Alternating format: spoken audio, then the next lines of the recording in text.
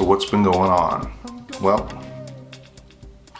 first, I lifted on Wednesday, and that went pretty well. I don't feel there's no one here. I hear voices, they give me choices. But can't you see, they set me free.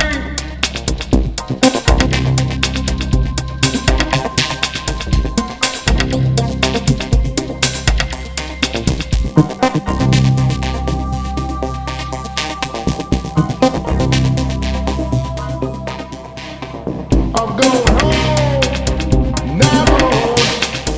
I don't feel there's no one here.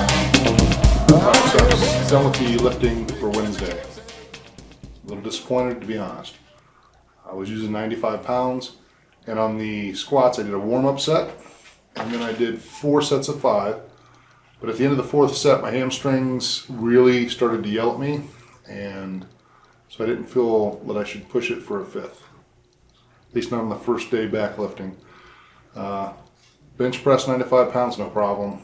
Bent over rows, 95 pounds, no problem. Did 5 sets of 5 on each of those. I'm a little disappointed in those squats. So, instead of just being disappointed, I'm going to go foam roll my calves and my hamstrings, and hopefully that'll help them heal. So that the next time, it'll be no problem. Rock on.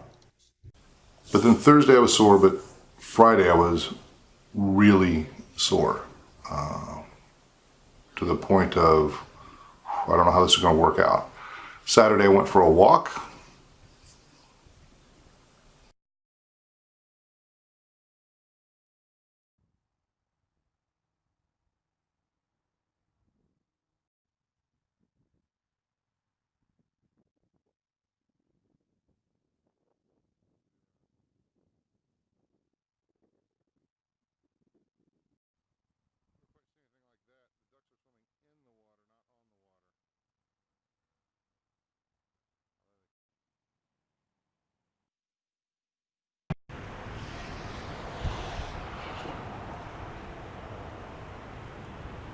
River's high. That's my normal walkway, and it's flooded, so I won't be walking low today. I have to walk high, and it really looks like, I don't know if we can see it from here, but most of that walkway is blocked. I've got a section there it's open, but on down the river it is covered. So we'll be walking the high today up by the street.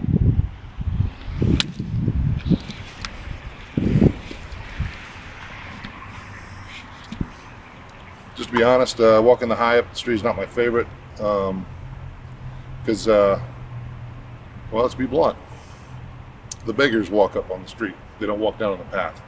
I'm probably going to get accosted several times, people asking me for money. It's really a sad situation because most of them are drug users, and I refuse to feed that habit. And it's kind of sad because you wish you could do something positive, but other than give them encouragement or a bottle of water if you have it, I don't know what to do from there.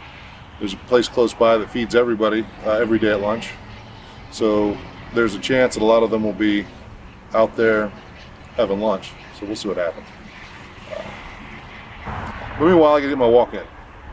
This is the same place that Chip and I walked, except I have to walk the high area. And for those who didn't watch last week, go watch last week. You'll find out who Chip is. Chip's an awesome guy who, I love that guy. I really do. We've been friends 27 years, and I could not have asked for a better friend. Although I don't know if you can even hear me over all this roadway, so I'll probably have to dub it. Well, you know, I'm looking now, it looks like the other side of the river is pretty much open.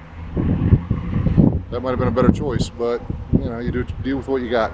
Okay, I'm walking across a bridge here, but I just mentioned the place that serves lunch to everybody every day of the year, 365 days a year. And lunch must be out because I'm watching everybody from that place come out from there now. As I'm walking right by it. So, as much as there's some nice stuff down here, like I've said before, there's a lot of nice walking paths and such. We're still in the ghetto. We're still in an area that it's got a long way to go. There's a lot of crime in this area. There's a lot of violence in this area. The thing is it sucks because you can tell it used to be a very beautiful area to live in, and it could be again. It could be again. The real problem is the governing bodies are too caught up in politics and being politically correct to do the things necessary to get Dayton back to where it once was. One of my big complaints is a lot of the things that they say, hey, we're going to make our community better. They aren't. They're simply doing. They're simply giving stuff away. They're not helping people improve their education, their skills, their abilities. They're not helping them improve their lives. They just give them money and say, hey, there you go. You got some money. Money only lasts so long. And when you're taking it from the people who are earning it, instead of spending it wisely and investing in people by helping them get an education or helping them find job skills. When I say get an education, that doesn't necessarily mean college. That could be trade school. It could be just learn how to read and write properly so that you can go be a desk clerk. All those jobs are necessary. But the truth is, there's a group of people who make a lot of money off of keeping poor people poor, so that they can always take more money from those who aren't poor. I'm not even talking about the rich, I'm just talking people who aren't living in poverty, and keep them kind of with their nose to the grindstone and not paying attention to the fact that those people are getting wealthy by the fact they're keeping people poor. So just want to give you an update on this walk. I thought a nice walk would loosen up my tight hamstring and my calves, and I got a hamstring that's just complaining a lot. I'm hoping I haven't really hurt myself, and I doubt that I have. It's just tight and it's complaining. So we got to push on through and get the walk done that we set out to do. I won't be going down by the river. There's too many flooded areas, so I'll just walk the top like I said I would. I made it to the bridge, as you can see, it's behind me, and I'm gonna head back. What's happening is that hamstring is finally loosening up. It's starting to feel a little better, but the knee's not. But since I'm in Dayton, Ohio, and not in New York City, and by the way, I like this view of Dayton. I can't Uber back. Oh, my camera battery's about to die, so I may have to switch over to the phone if I want to keep vlogging. We'll see what happens. Back in the car, completed the walk. I can feel it. It was a pretty serious walk. I walked pretty hard in between shooting. Got a good sweat going. Still a lot of soreness in my knee, so we're gonna go ice it, take care of it. I'm sure it'll be all right. I'm glad I got the exercise in. Rock on. And I was glad that I did go for that walk. My hamstring was tight. My knee is complaining today. So instead of working out again today, I was going to go for a walk. But instead, today I am giving a rest day because my knee is wrapped to keep it compressed. It's been complaining, I don't know how to describe it other than it feels loose and it hurts when there's any angular motion. I've been through it before. I wrap it, give it a day or two off, it works all right. Because of that, I'm also not doing laundry today, which is a kind of a strange side note, but it's because I'd have to navigate 3 flights of steps every time I change laundry. So to avoid that, I am doing laundry either Monday or Tuesday after work. There's a lot of talk about staying motivated for me in my life. I work as a manager, which means I work more than 40 hours a week, typically. I'm doing a master's degree, so I'm doing that when I'm not doing anything else. I run this vlog, and I have a couple other projects I'm trying to get finished in between all of that. It's not easy. And sometimes my motivation is simply, I know I want the bigger picture. I'm not really motivated to do what I need to do, but what I do is the work that's right in front of me.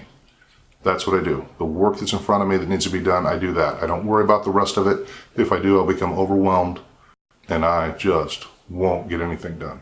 I'd suggest you look at the same thing. What work is right in front of you that you can do instead of trying to think about all of the work that needs to be done? Right now that That's about all I can do. I've set myself up to be productive and busy as long as I stay focused and get work done. I do build in a couple of days so that I can just do nothing. Like last week, I came back Thursday, I had lifted Wednesday. I came back, had dinner, and I watched a movie. That's what I did because I knew I needed the recovery time. Well, that's about all I've got this week. Next week, I don't know that anything specific's going on, but I'm trying to get my taxes in so that I can get done and off my plate so I don't have to worry about it. That's just one more thing to take up time. Fortunately, I found someone who does my taxes that I trust, and we go over them, and it works out really well for me. That's part of my being efficient. Sometimes it's more efficient to pay somebody to do something than to do it yourself, even if you can. You're not buying their services as much as you're buying time to do something else. This is what's called an opportunity cost. I can do it myself, but then I give up the opportunity to do my master's degree or to make this vlog or to do some other work, even if it's a workout. So instead I give them money to do the work they're good at, and I, in turn, can use that opportunity to do something else. Okay, I am out of here for this week. Know that I love you, make a great week, and I'll see you Monday.